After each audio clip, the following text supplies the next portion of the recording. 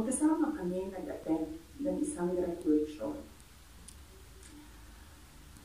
Truthfully, I wasn't feeling well. Kasi kinukulang nila ako. Andiyan na sila, umabot na sila sa kulang. Sama-sama na silang lahat.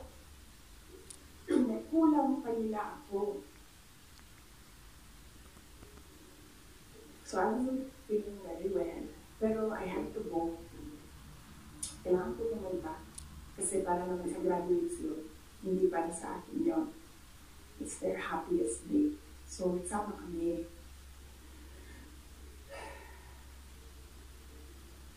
Sama kami.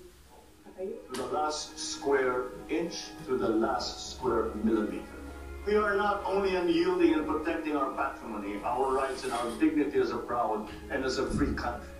We're also firm in our commitment to regional and global peace. Unang pagkakataon na humarap kami sa mga tao bilang opisyal na magkatambal para sa halalan ng 2022.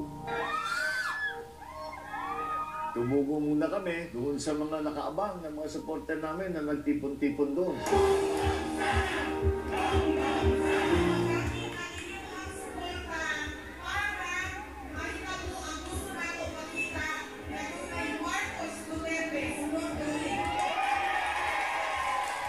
Nagkaroon kami ng maliit na pagtitipon para i-inaugurate ang aming headquarters na pinagtulungan ng ating Partido Federal at ang iba pang mga volunteer.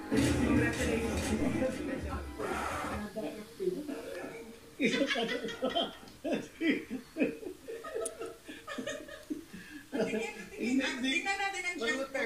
Ano ba talaga magbasa niya ng ano? Girl. Sa mga yan? Daughter. Teka, buburahin ko muna yun. Kaya hindi ko kailangan tignan ng palad nito. Kukunin ko ang kapalaran niya sa pagkakakilala ko sa kanya. Alam mo, si Inday at ang puso niya, puso ng ina. At nakikita ko yung puso ng yung puso ng ina, yun ang nagiging motivation niya para sa programa niya. Kaya sa palagay ko, habang buhay na si Inday Sara na nasa servisyo ng publiko.